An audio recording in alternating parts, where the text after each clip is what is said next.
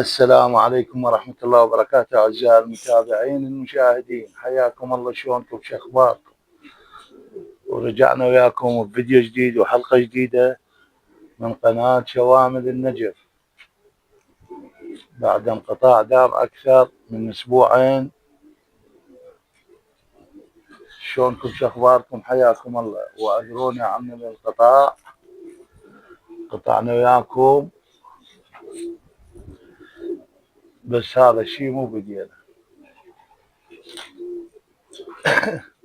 شباب، قبل لا نبدأ الفيديو اضغط لنا متابعة، إعجاب. إذا عجبك محتوى القناة انطينا إعجاب، انطينا متابعة، فعل زر الجرس. شلونكم؟ شو أخباركم؟ حياكم الله. هذه الدقمة بالغلط دسناها ورجعنا وياكم. اي شباب، نراويكم ايش سوينا ما سوينا. شوفوا هاي الكيشوانيات، الترتيب الجديد.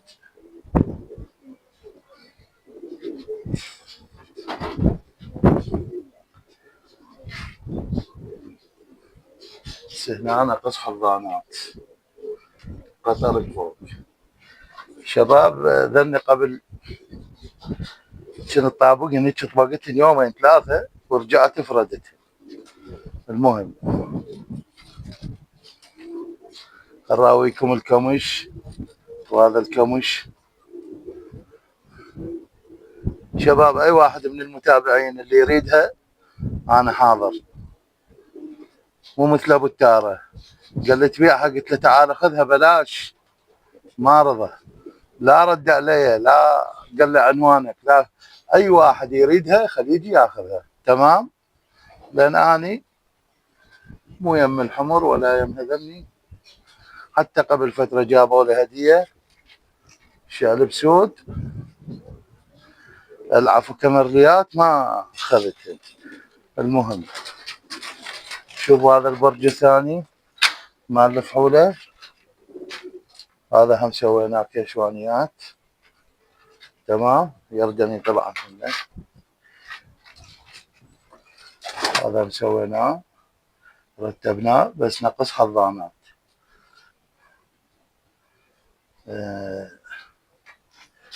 الشباب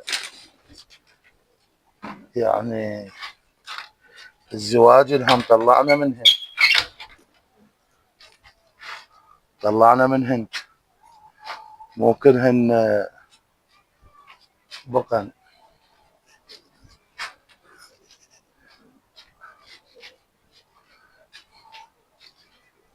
نجي هنا خراويكم، شوفوا هاي الفرخة شوية عنيدة ما تربط الا افتح لها الباب. خراويكم هنا اللوفت الكبير سوينا بيه ما سوينا. شباب، هذا شلنا الكيشوانية فلشناها، صار بهذا الترتيب مثل ما شفتوا بالستوري. انا نشرت ستوري. وهذن الطيور شباب تقريبا لحد الان مروح 4 طيور، 4 أو 5. شوفوا شباب، هاي امس راحت واليوم جت هاي الزاوية.